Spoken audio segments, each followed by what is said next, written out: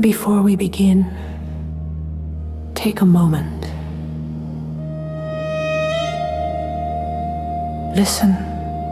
If there's birdsong where you are, pause and hear it.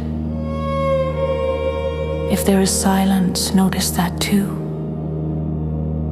Because the presence or absence of birds tells us something deeply important about the world we live in. Birds are not decoration, they are not background noise. They are part of the living fabric that sustains humanity. When birds thrive, life is in balance. When they disappear, something sacred is being lost. The Bible speaks of birds with remarkable tenderness and meaning. In the Gospel of Matthew, we are told, "Look at the birds of the air. They neither sow nor reap nor gather into barns, and yet your heavenly Father feeds them." These words are not about birds alone. They are about trust, humility, and the reminder that creation is held in divine care. Scripture tells us that not even a sparrow falls to the ground without being seen. Birds, small and easily overlooked, are presented as proof that nothing in creation is insignificant. If they matter, then so do we, and if they are worthy of care, then neglecting them is a failure of responsibility.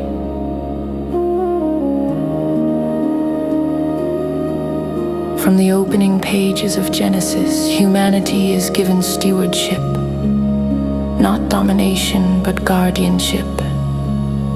The earth and all living creatures are described as good and trusted to human care. Birds filling the skies are part of that original blessing. The great thinkers of history understood this connection.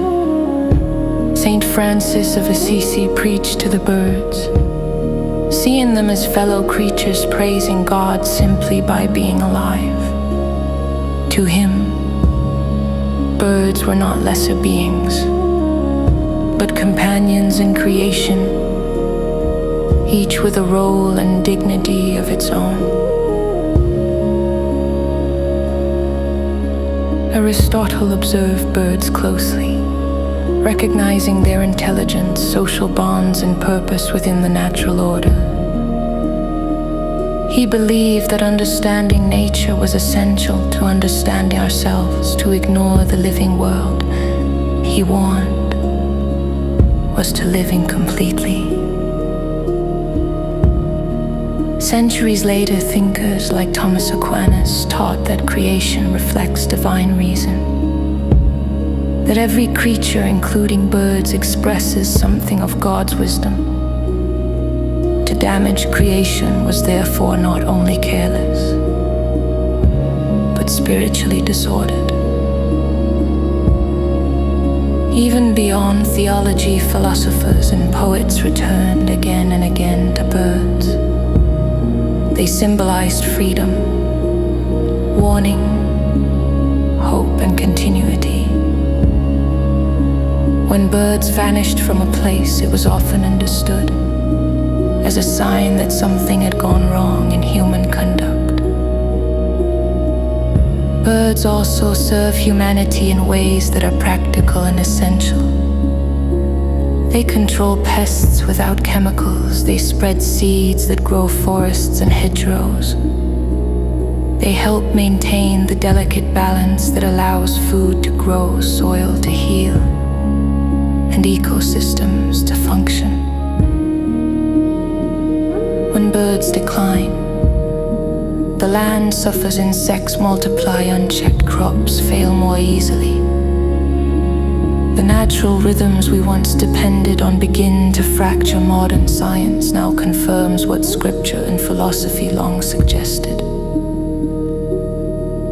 In Ireland, birds once marked the season's migration, told farmers when to sow. Birdsong signaled the turning of the year. Silence meant danger, Many of those voices are fading, and with them, a part of our cultural and spiritual memory.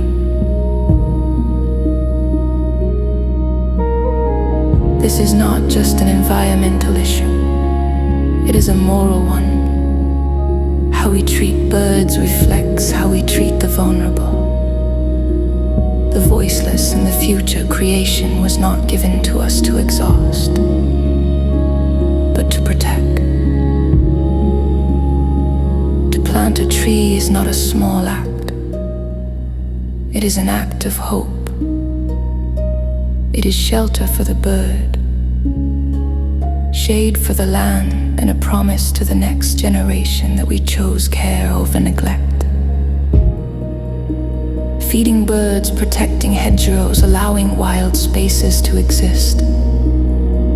These are not sentimental gestures. They are acts of stewardship. They are ways of saying that life matters, even when it does not serve us directly.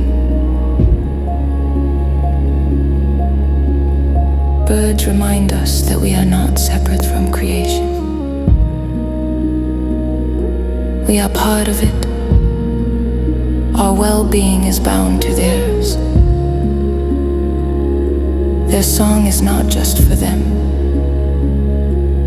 It is for us.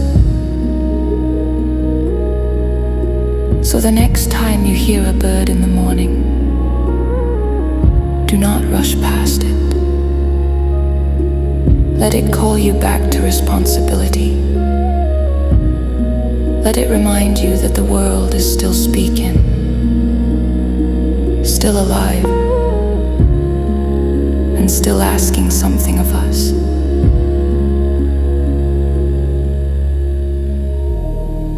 The question is simple, and it is one only we can answer.